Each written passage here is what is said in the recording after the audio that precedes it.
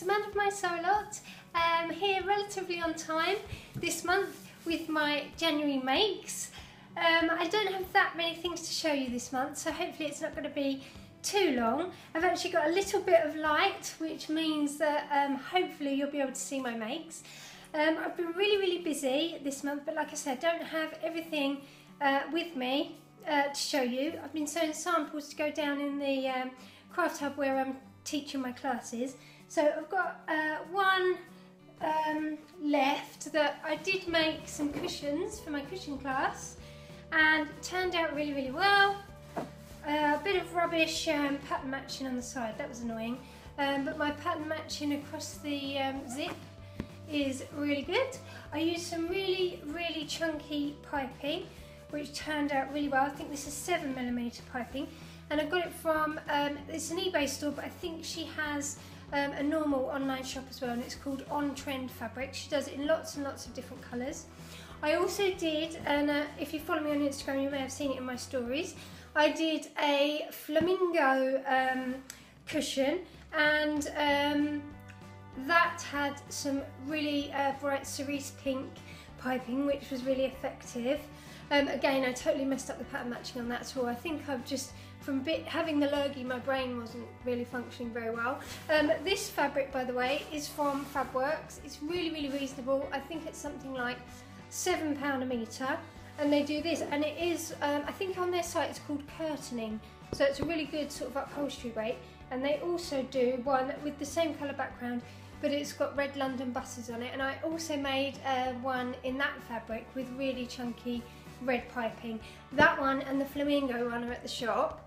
I can insert a picture of the flamingo one, but I don't have a picture of the London bus one, which is really annoying because the pattern matching on that was spot on. Of course it was. So anyway, I have also made, from the leftover flamingo fabric, I made a tote bag for one of my classes, and I really love tote bags. They're such a quick project, but really effective because you have all the top stitching and everything. But yeah, I don't have that either, unfortunately, which is really annoying, so I can't show you. But you know, a tote bag's a tote bag. So what I also have sewn is a little Ragsmith Lola doll and dress for my niece Penny. As I said in my previous vlog, I think I mentioned it, my sister went to New Zealand for Christmas with my niece and nephew, and obviously her other half, who is from New Zealand, and they went for the whole of the Christmas period, and they got back on the 12th of January, so we decided that we were going to have sort of a second Christmas with a Christmas dinner, and where we could give gifts and the boys could get gifts. And so I made her one of the little Ragsmith dolls, and when I went to the Sew and Be Live with my sister last year, no, it wasn't that at all, it was the Handmade fair with my sister, we saw the stall, and yes, we fell in love with the lovely dolls and dresses, because you can get a dress to match for the, you get a dress for the doll, but you can also get a dress to match for your child, which is really cute. And yes, we saw the lovely dolls, but sadly we didn't purchase any on that day.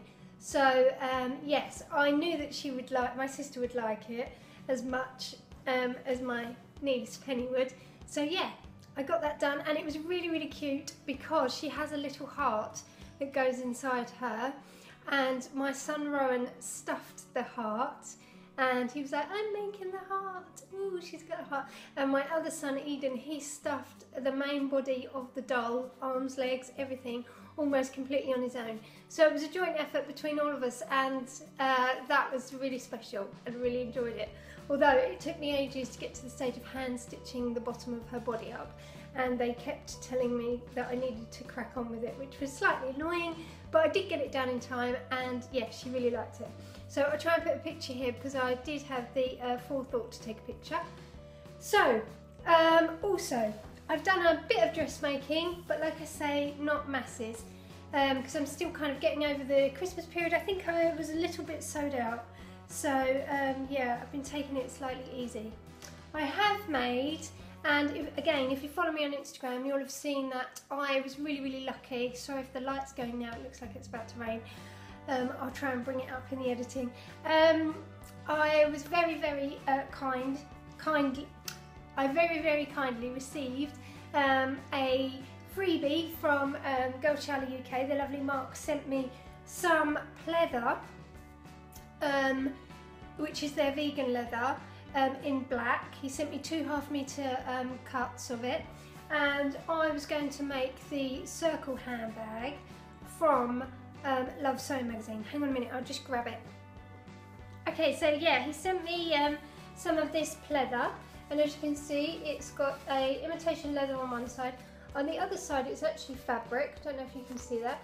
It's got a lot of stretch in. It's a 2-way stretch, so it's only in one direction. That doesn't make sense, but you know, 4-way stretch is obviously where it stretches both ways. 2-way, because it's stretching both ways. So yeah, I received some lovely pleather, and I've been trying to make the bag, and I have to admit, I found it a bit of a struggle. And it doesn't as yet, I mean, these bits are poking out because I've unpicked them, and I think I'm going to have to unpick the whole thing. But I've got my zip on, which was really good. I was really pleased with that. And I've got my strap handles on. I lined it with some viscose, spotty viscose that I got from Satisfaction. I've also made the strap, which is really stretchy, so I'm a bit worried about that as well, that it's just going to stretch out, so I might actually double it and make it shorter. But yeah, I think I'm going to have to unpick it. I made the mistake of testing the circle in the body, and I thought the circle was too big. So I trimmed down the circle, but actually I think it was the right size. And then when I went to attach it, as you can see, I've got all sorts of puckering going on where I was having to try and gather it to make it fit. So I'm hoping I'm going to be able to finish that, because it's such a shame if I can't, because I really like it.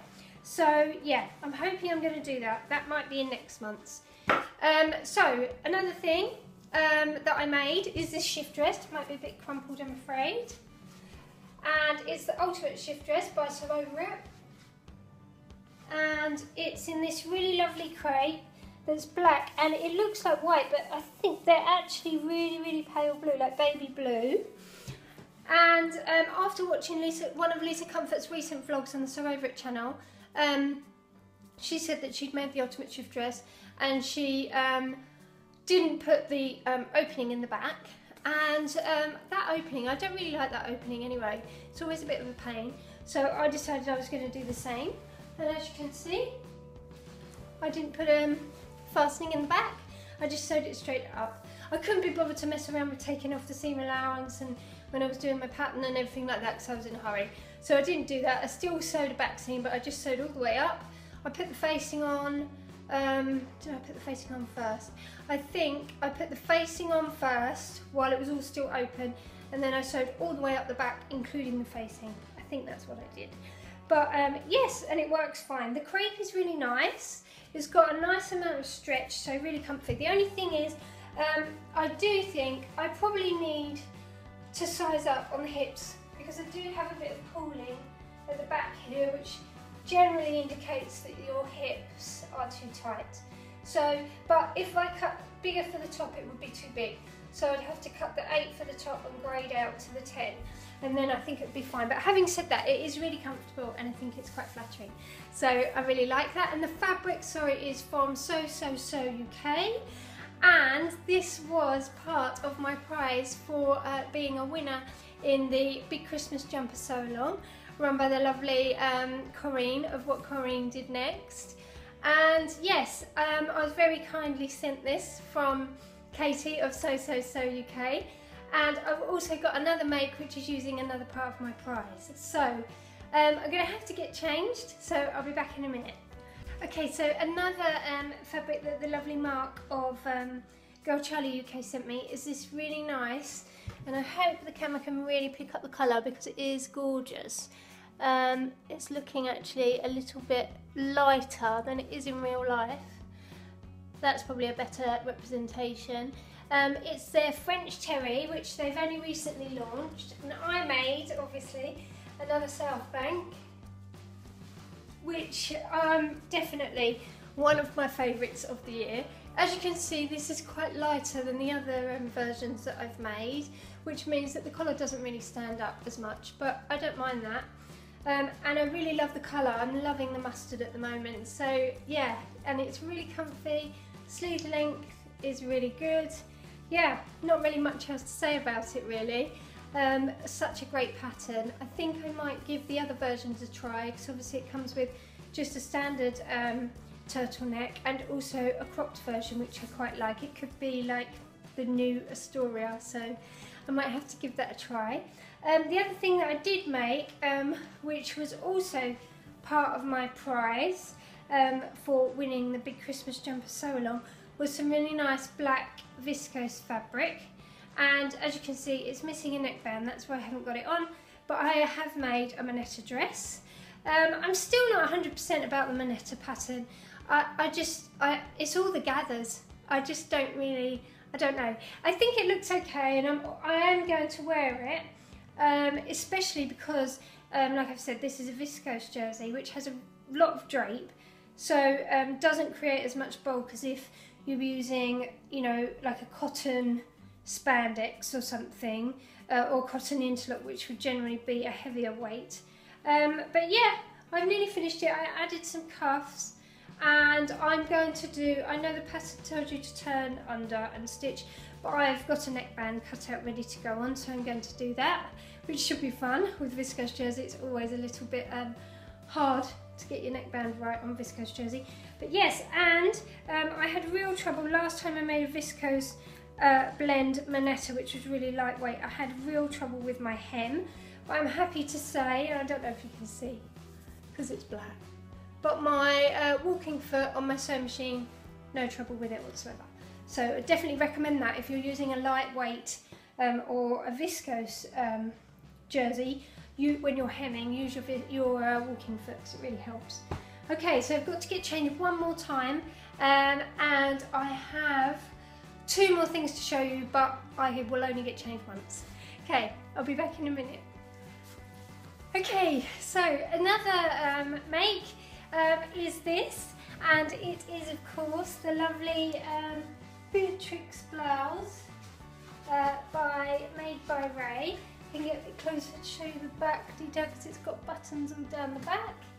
I love this pattern. I made it last year in a lightweight 4-ounce denim, and I always get comments when I wear it because I really think the fit is just right for me. I don't make any alterations to the pattern at all, and for me that is actually quite rare. I don't need to lengthen anything, take anything in. I always have to narrow shoulders, and these are fine for me, so just bear that in mind if you are going to make it. My last one that I made, and I'll insert a picture of it here so you can see, I didn't do buttonholes because I just got my new sewing machine, so I was a little bit nervous about doing buttonholes, but I'm happy to say that I have got proper buttonholes on here, and I made my own covered buttons like I did on the last one. But yes, I made this as a sample. I've had this fabric for ages. It's from the lovely Megan of Pigeon Wishes, and I don't think she has any of the navy left in stock, because I think I got the last piece of it, and she very kindly sent me a little bit extra because it was the end of the roll, so I know pretty much that she hasn't got any left. But yeah, I made it as a sample because I'm doing this as one of my classes because I love it so much, and it's a really great pattern if you want to improve. Obviously you need to do buttonholes, but Ray's instructions for the pattern are brilliant. She's obviously spent a lot of time on the instructions, which is really great. You can get it as a PDF or a paper pattern. I think there are places in the UK that stock it on paper pattern. I know Satisfaction did have some, but I don't know if Shona's still got some. Yes, the instructions are really good in a way that I have never seen in any other pattern before, in that it gives really detailed instructions for if you are a beginner, but also at the back of the pattern it has a summary, so if you are an intermediate or advanced sewer, it just gives you a summary of the steps that you can follow rather than wade through all the other pages, which has got really clear illustrations and everything showing you how to do it. To be honest, there was nothing really that I needed to look at, save for, like on the same as on the last one, just to check the placket and how she does the placket. On this one I was really naughty because the cotton is quite a stiff cotton. I would say it's actually a bit stiffer than the denim one I made. I didn't use any interfacing. So I didn't use interfacing on the facing, and that it's fine. It doesn't flip out, it's understitched anyway. And I also didn't use it on the plackets, which was a bit naughty, I know. I probably should have done. But because it's a loose fitting top, so there isn't any pull on the buttonholes, it's fine. And like I say, on the other one, I don't really need to undo the buttonholes anyway. They are just a feature because I can get it on over my head very easily. So if you did want to do like I did on my last one and just stitch buttons on, you'll be fine. So I also made, from the last piece of fabric of my prize, from the big jumper, Christmas jumper sew along, another toaster sweater. And this is really lovely quilted Pontoroma from Sew UK. It's a lighter weight than the other versions that I used for my Southbank sweaters in my previous video, link up here. Yeah, it's really nice for spring. I really love this pattern, and this and the Southbank, definitely my favourites for autumn, winter. Really, really great patterns, and I really like it. It turned out really well, and it's such a quick sew. I think this took me like half an hour. Sew it all on the overlocker. I love the really long cuffs and the really long hemband. I think it's really flattering, and I am usually someone, if you follow my vlogs, you'll know that goes for patterns that are quite fitted to show off my shape. I don't really like boxy shapes. It's just, I just feel like they swamp me and don't really do me any favours. Just the silhouette I prefer. But this is quite loose, quite a loose sweater. And I know when I made my very first one back in October, I very nearly slimmed it down. But I'm so glad that I didn't, because every one that I've made, it just makes it even more cosy, the fact that it's slightly oversized. So yes, that is another make, and my last piece of fabric from the Sew UK prize. So I also made, and this is the last things, and I've been bugged to make these for ages. I have used I think it's by Made It Patterns. No, it's not, no. I think it might be Made Patterns, I think. And it's called the Beach Robe pattern. Well, I have made these robes for my boys since they were about 2. I think this is about the 4th set I've made. I've also made one for my niece, and I made one for my other nephew as well. And yeah, it's a really good pattern. Mine put these on when they come out of the shower, because they just do, they always have ever since they're really little, and also if we ever go swimming. But yes, they are beach robes. I don't know if you're really going to be able to get the effect, but I do have a picture of Eden wearing his. They chose everything. So the toweling is from Textile Express. Really good quality toweling, and you can buy it by the metre. I think this is the cotton toweling, and I think it's about £10 a metre, might be £10.50 a metre, but you really don't need very much, and it's a really good width, really good width. So the grey, the cotton toweling was much wider, but I've also made a black version, and I don't know if you can see, but this is the most beautiful, because they didn't have the cotton in black, and he was specific, he wanted black, but it's a bamboo toweling. If you are going to make a luxury bathrobe or dressing gown, this is the stuff. It's so soft. I mean, you can see just by the texture, that obviously just looks like a hand towel, but this, it's like velvet, honestly, it's so soft. But this is a bit more expensive. I think it's £11.50 a metre. But these were supposed to be Christmas presents for my sons, but everything got too much and I just didn't get around to them. So anyway, they chose the hood fabric. I'm not too keen on the white with this fabric, but there you go, nobody's going to see it. But as you can see, it's got massive tarantulas all over it, and he is obsessed with spiders. They have 2 options. You can either put in a waist tie, or you can do an option where it goes straight across the back, and it's stitched across the back, which I quite like, but I didn't quite have enough fabric for that, so we went for waist ties. And yeah, obviously everything is bias bound, and Eden went for... Okay, so that's really annoying. My phone just completely ran out of storage, and everything looks a bit weird on this one. This is my newer phone, which has got no memory, but I use my older phone to film normally because it's got a massive memory. Anyway, as I was saying, Eden went for robots. This is a Make Our one, and from the same collection as the shorts that I made a couple of videos ago.